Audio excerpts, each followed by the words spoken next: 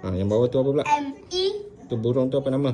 Oh, tapi kalau cakap M-E, rumah dia akan buat suara kuat. Dia bergema sikit M-E. Tak M-E. M-E. Cepatlah ni. Tak habis ke ni?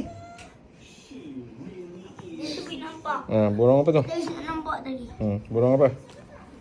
Merpati. Merpati. Okey, mana huruf? M. M. E dah ada. Lagi. R. Lepas tu? P. Mana P? P macam tu. P.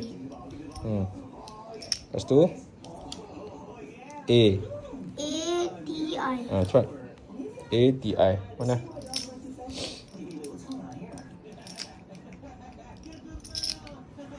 T dah ambil dah? Dah. Okey, susun. M. E. R. P. A. T. I.